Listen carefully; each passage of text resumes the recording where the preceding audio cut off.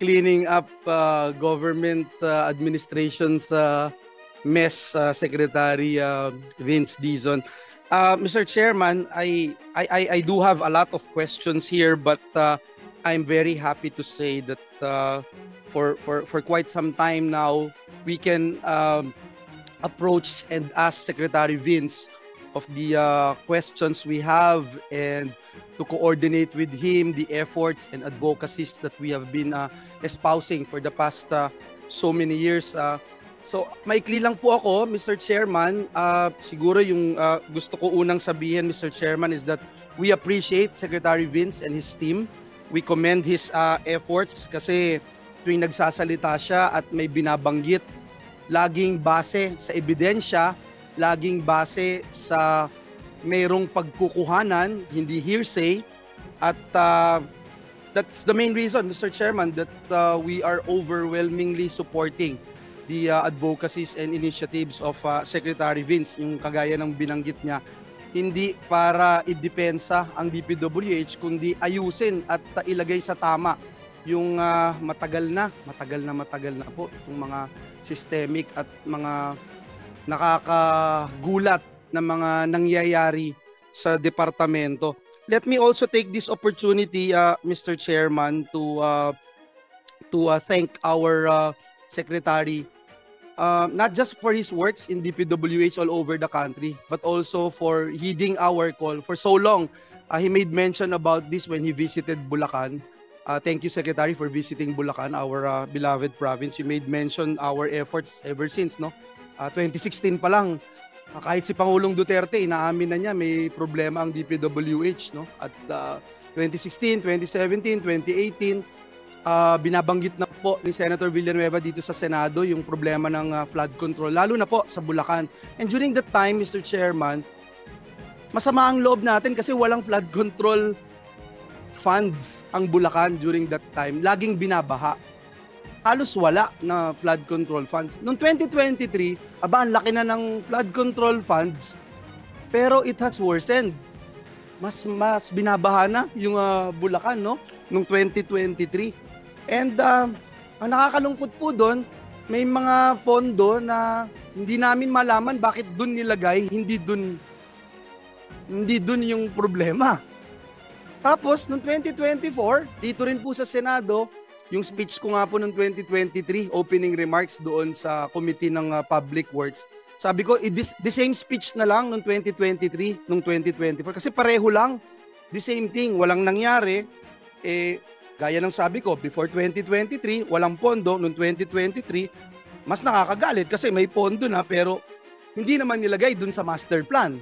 Wala naman din pong master plan. In fact, in 2023, I made mention about this.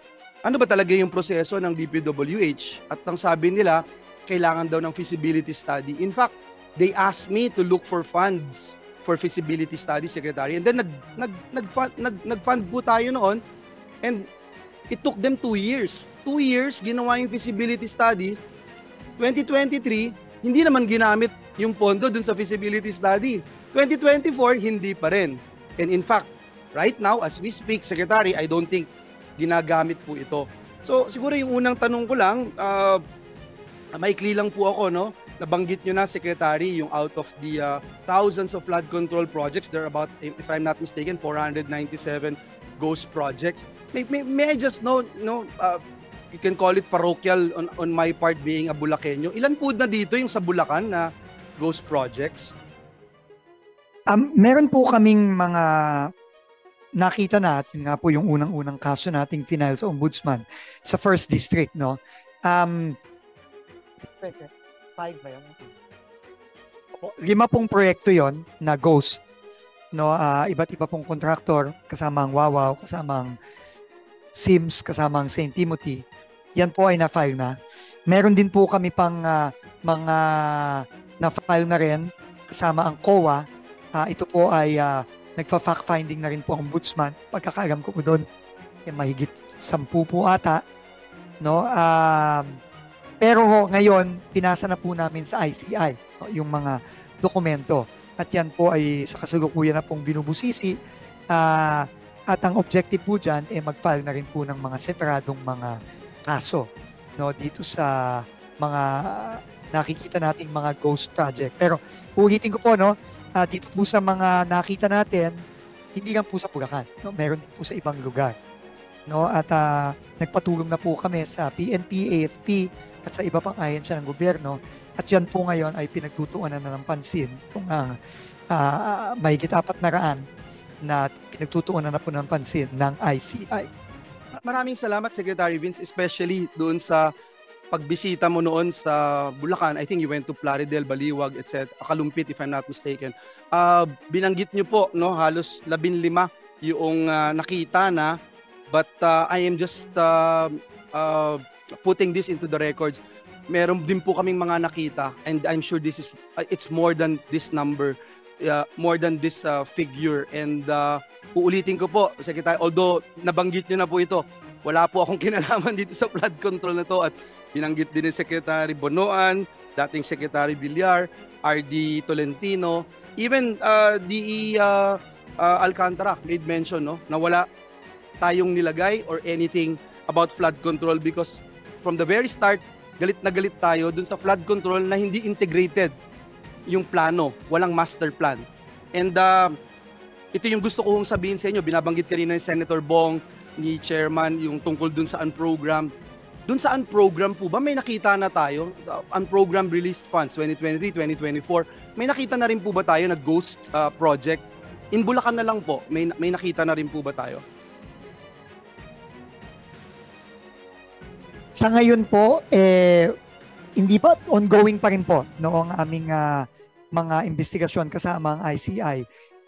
I will find out po kung merong specifically sa unprogrammed accounts from 2023 and 2024, kung meron pong nakita. Pero sa ngayon po, hindi ko po masasabi, Mr. Chairman. I made mention about it, Secretary, because I have personal knowledge right now because of the developments that had happened during the hearings, the course of hearings.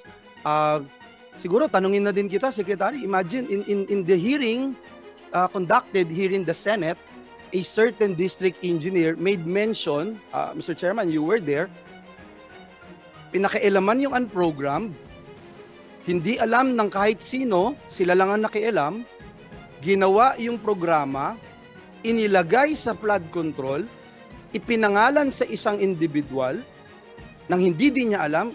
This is according to the district engineer. At naparelease itong programa na ito.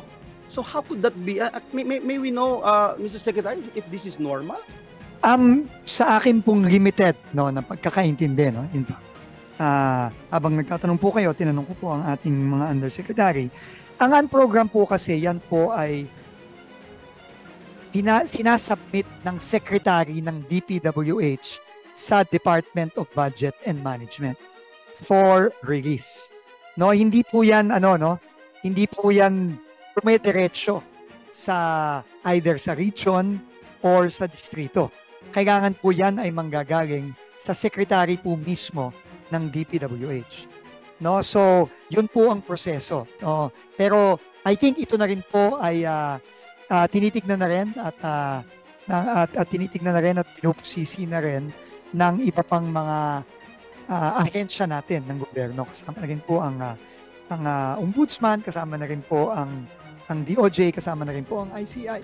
Pero yun po talaga ang proseso according to the officials of DPWH. So don't you find it weird for a district engineer to say, ginalaw namin itong lump sum, ginawan namin ng proyekto, all the technicalities, etc., ipinangalan namin sa isang senador? I'm not trying to defend myself here, Secretary. I'm just saying, how could that be? No, dito ho, he was under oath and he made mention about it. Ang only goal natin dito, Secretary, is that hindi naman sana mangyari ho ulit ito. Hindi naman sa susunod si Senator Loren o si Senator Win ang ituturo na ginalaw nila without their knowledge. Unprogrammed. So, yun lang po, no? That's why I have very strong reservations sa mga unprogrammed funds, especially with what happened. Siya na mismo yung nagsabi na hindi alam ng kahit sinong legislator, and during the course of the hearing, binabanggit niya, walang may alam. So again, if unprogrammed funds will continue to flourish or will be part of the budget, I have very strong reservation, Mr. Chairman, unless we know what to do with this. Because again, records will bail me out, Mr. Secretary. A district engineer claimed that thing happened. And that's the reason why this representation's name is also being dragged. And again, I'm not trying to defend myself. It's just that we have to set the record straight and magkaroon tayo ng tamang sistema and accountability, Secretary. Mr. Chairman, no, base po sa sinabi po ng ating mga undersecretary is yung pong nakwento yung sinabi ng isang district engineer. It's on the record, Oo, Mr. Chair. dito po sa Blue Ribbon, si dating district engineer Alcantara, no? Hindi po yun ang proseso. No, hindi po yun. So, kinonfirm nga po sa akin ngayon. At hindi po natin alam kung siya ay nagsisinungaling o kung ano man, pero kaya nga po ngayon, yun po ang subject ng ating pag-iimbestiga. Kung ano ang nangyari doon. Kasi very clear po, hindi po yun ang tamang proseso. Thank you, Mr. Chairman. It's just that it happened. The fact remains, it happened. So I hope to see reforms and mechanisms that will be in place so that next year, hindi ibang senador naman yung makakaranas nung naranasan natin. At kung tayo ulit ang ituturo next year, okay lang. Pero I will put this into the records, Mr. Chairman. I have very strong reservation against unprogrammed funds. Yun lang po. And I hope and pray na gaya ng sinabi ko kanina, full support po tayo sa departamento. Full support tayo kay Secretary Dizon. Naniniwala tayo sa kanyang kakayahan, sa kanyang competence para hindi lang yung binanggit na hindi lang ididepensa yung DPWH kundi linisin talaga at mag-initiate ng reforms. We are in full support, Secretary. Maraming salamat.